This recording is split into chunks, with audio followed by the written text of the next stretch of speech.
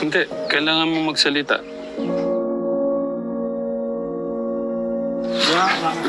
Ha? Hindi ka magsasalita? Hindi, paliwanag mo ano yung dahilan nga. Hindi ka maririnig. Hindi ka nga maririnig. Kung ayaw mo, isa na lang, ayaw?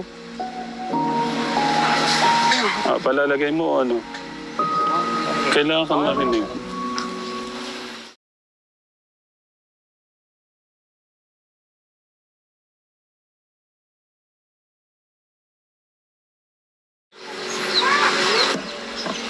Nay, dito po kayo. Ano lang. Kuya, dito ka muna.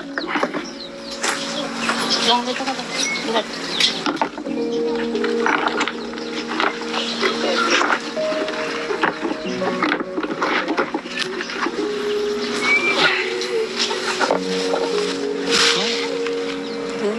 Hindi, kailangan mo magsalita.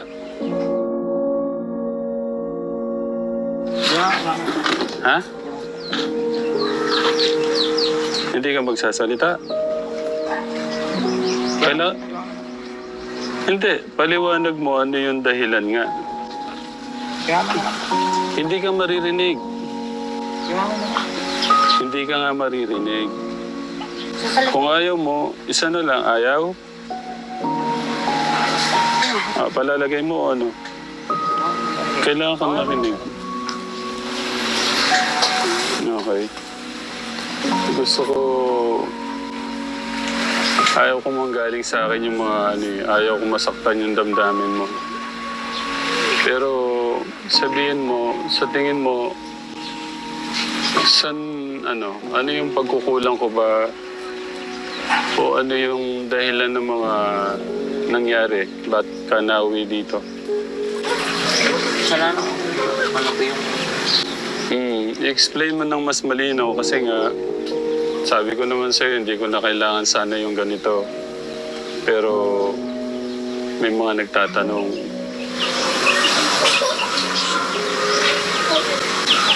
Ayun, sa mga nagtatanong po. Dahil lang po ba't po ako nauwi dito is kasalanan ko na ba dahil hindi po ako susunod sa kanila. Tapos, yan yung pagpunta ko po nun sa motor show po. Siguro dahil din doon po. So, late na po ako nagsaad. Kasi, that day ko rin po nalaman na may ganun po. So, yun po, tapos yun, sa mga inuutos po nila, hindi ko po nasusunod sa paggalang po. Baka may gusto kang sabihin sa mga katekram natin. Especially sa mga nagmamahal at nagtitiwala sa'yo. So yun, sa mga katekram po, maraming salamat po sa suporta niyo kung binigay sa akin. So, yan ang ganda na lang po yan. Thank you po. Sa pagmamahal niyo po. Gusto kong malaman gaano kasama yung loob mo sa akin. Hindi ko naman na po iniisip kung ano yung nangyari. Malaga po. Okay na po ako. Sabi mo, ayusin mo dito yung problema na sa tingin mo, 1 to 10, gaano mo naayos yung problema mo? Hindi ko po masasabi. Kukunin ko na rin itong pagkakataon na to na humingi ng tawad o pasensya kung sa tingin yung may pagkukulang po ako o pagkakamali sa kanila. Pero sa tingin ko naman po, ginawa ko po yung best ko para sa kanila. At ayaw ko lang po yung ang kinakatakot ko lang po talaga lately, yung meron pong mangyari sa kanila, ma-aksidente sila na nasa poder ko. Kasi nga, wala na po yung pagsunod eh. Wala nang pagpapaalam. Respeto po ba? So, nakapagpasya po tayo, napatawag nga ako si nanay. Tapos, parang mawala na lang sa... Alam niyo yung siyempre, siguro sa paulit-ulit na ng mga pangyayari, parang bilang isang ama, parang di ba, sakit din po na hindi na nakikinig sa'yo. Ayaw ko din naman po talagang pagsisiyan yun habang buhay na Baka ano nga mangyari sa kanya, ako po sisihin niyo lahat. Or sila nanay. Kaya kung ano man, ako humingi ako ng tawad sa'yo. Kung may pagkukulang ako sa'yo. Sorry din po sa mga nagawa ko. Pero mag-iingat ka dito. Gusto ko lang ipaintindi sa'yo na ano yung mga ano kasi mga things gaya ng mga bagay-bagay ang pinapaintindi ko kasi sa kanila na ngayon yung kalagahan ng respeto sa magulang. Kasi nga anin mo yung dunong o yung meron ka man ng lahat pero wala kang pagmamahal o respeto sa mga magulang mo. Yun po yung sa tingin kong yun po kasi yung pinakamahalaga sa lahat yung pagrespeto. Gaya nun, pinalagay ko lang po yung mic. Gusto kong malaman, ibig sabihin, yung sama mo ng loob, mabigat. Kasi parang ano lang, hindi naman first time mangyari yan, yung uutusan ka, ilalagay. Ito lang lalagyan ko lang ng mic na Dapat wala yung ganun Yun yung gusto kong mawala. Yung pagmamalaki. Kasi kung may pagmamalaki yung isang anak mo, sa ganyang edad pa lang, hindi na maayos yan. Dadalhin nyo yan hanggang pagtanda. Hindi yan makakabuti sa inyo. Tsaka sino bang masusunod? Diba dapat magulang? Ipapahamak ba namin kayo? Kaya minsan hindi rin maganda yung parang aayusin mo na yung daan nila. Hindi sila magiging matatag or marunong sa buhay. Gusto ko lang kayong maging marunong sa buhay. Or maging matatag. Kasi nangyayari parang pinapalaki ko kayong lampa. Kundi ko pa aayusin yung mga dapat nating ayusin. Sana yung mga huling vlog natin mapanood mo. Kay Ate Karen, kay Jenny Rose. Marami akong natutunan doon. Dahil dumaan sila sa ganong kahirapan, naging matatago sila. Lumalaki ho silang malawak yung kaisipan. Yung pag-intindi sa mga bagay-bagay na nangyayari sa buhay. Sabihin mo sa akin ano yung mga sama mo ng loob. Ipaliwanag mo sa kanila bakit bumating sa ganyan. Baka sabihin nila doon lang Ganun lang ba kasimple? Ganun lang bang pangyayari tapos sumuko na si Tatay Ramo? May pinanggagalingan Kumbaga hindi lang yun yung first time na nangyari ba? Hindi po mga taga hindi lang naman po dahil isang beses nangyari. So maraming beses na po nangyari yung ganun po. Binigyan po akong pagkakataon bago po iwayan na nagkano. So, yun lang po. Nagpunta po sila, nagkita po sila Nanay Jack. Nag-abot po kami ng pera na panggastos. Especially talaga, ang tututukan lang natin dito, doon sa mga naipon natin sa kanya, yun sa pag-aaral. At pinaalam na rin namin kila Nanay at kay Kuya magkano lang yung aasahan nila na pwedeng magamit. Para mapag-ingatan po ba o matipid. Tutusin lang kung kinain lang namin yan, wala na Pero pinili naming ma-save yun para sa future sana nila. Yung motor lang po yung inano natin kasi nga ano po yan nanggaling po yan sa mga nagmamahalo sa kanya.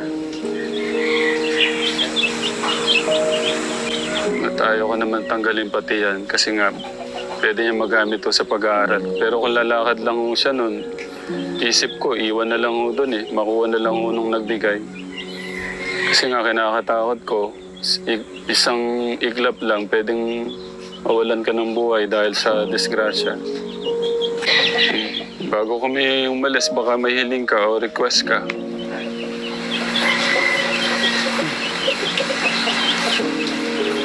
Baka may gusto kang sabihin.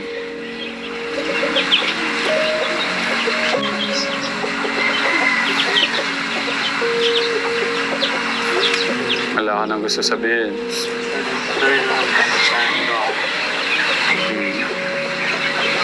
Humingi din ako ng tawad. Oh, sorry kung may pagkukulang man ako sa'yo. Sa tingin mo, gusto kong malaman, saan nga yung pagkukulang kung may nagawa man ako pala? Saan? Yung baka may tanong ka din pala dyan. Gusto kong, para alam na din ng mga pagkakataon mo na to na sabihin sa mga Tekram yung anong klaseng ama ako sa inyo. Naging salbahe ba ako sa inyo? Naging napakasama ako ba sa inyo? Iyan mo din, baka kasi naging salbahe ka kasi, naging masyado kang maigpit. Hindi ka naging patas kasi sa kanila, sa tingin mo, yung mga ganong bagay.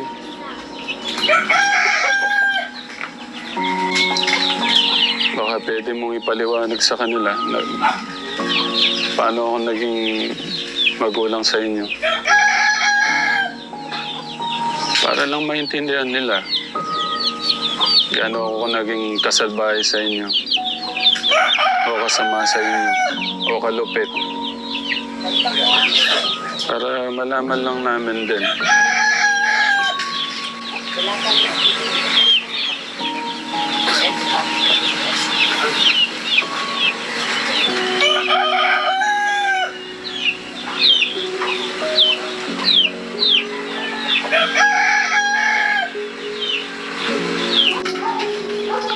Pinagtatrabaho ko ba kayo doon? Inaalipin ko ba kayo doon? Ano nga, para malaman ko. Inaalila ba namin kayo doon? Ayun nga para malaman nga namin Malaman din ng kasi may tanong nga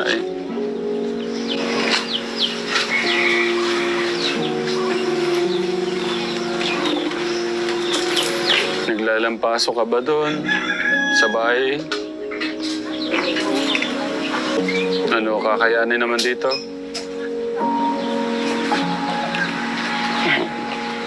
Pagsikapan mo makatapos ka. Focus ka muna. Gusto ko darating yung after 5 years, 10 years. Maganda yung papupuntahan niyo ni kuya niyo. Wala man kayo sa tabi ko. Huwag kayong magsawang mangarap. Huwag niyong kalimutan yung hirap. Kung ano yung kahirapan ng pinagdadaanan natin ngayon. Tanggalin niyo muna yung mga ganyan sa isip. Focus sa pag-aaral dapat Kung may mga pagkakataon,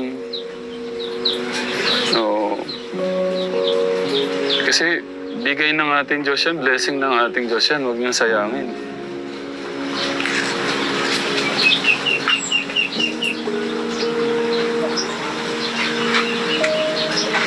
Gawin mong lakas to. Inspirasyon mo para mabago yung mo. Para pagbutihin mo ulit yung pag-aaral mo.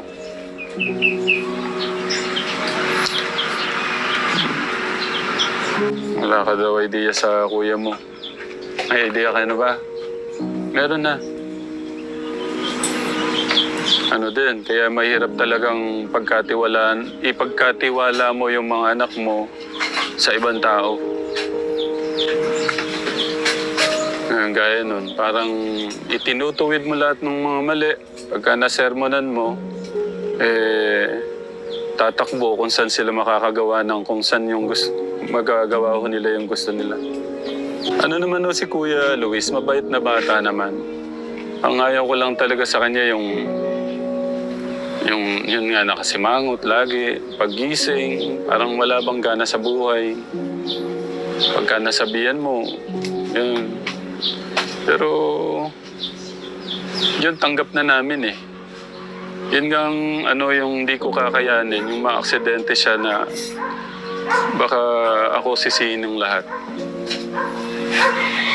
Tsaka may pinanggagalingan po lahat. Nung mga nauna, pangalawa, pangatlo, pang-sampu.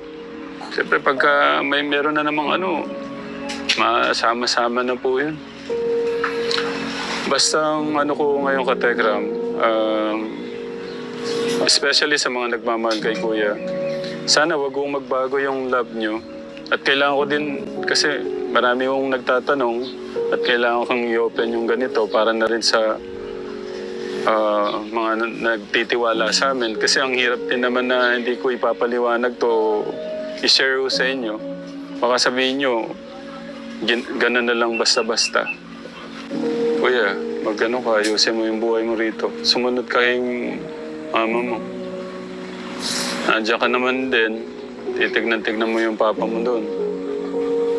Para magkaroon ng lakas ng loob. Sana yung nangyari sa atin, huwag maging dahilan para mawalan ka ng pangarap. Ang gusto ko dito, yung gusto kong ipaintindi at paunawa sa'yo na gaano kahalaga yung pagsunod sa mga magulang. Sinasabi ko naman sa inyo, ano yung halaga ng gunong nyo kung wala naman kayong respeto sa mga magulang nyo. Wala ding saysay. So, nalakategram. Humingi din po ako ng sorry o patawad po sa mga, especially sa mga nagmamahal kay Kuya. Pero ang ko lang sana, wag mong magbago yung pagmamahal at suporta nyo sa kanya. Nagbabago din naman, wala namang perfecto. Nasa edad do sila na pero ayaw ko lang may mangyari sa kanya na nasa poder ko siya kasi nga ayaw kong masisi ng mga magulang. Uwi na kami. Wala ka talaga sasabihin.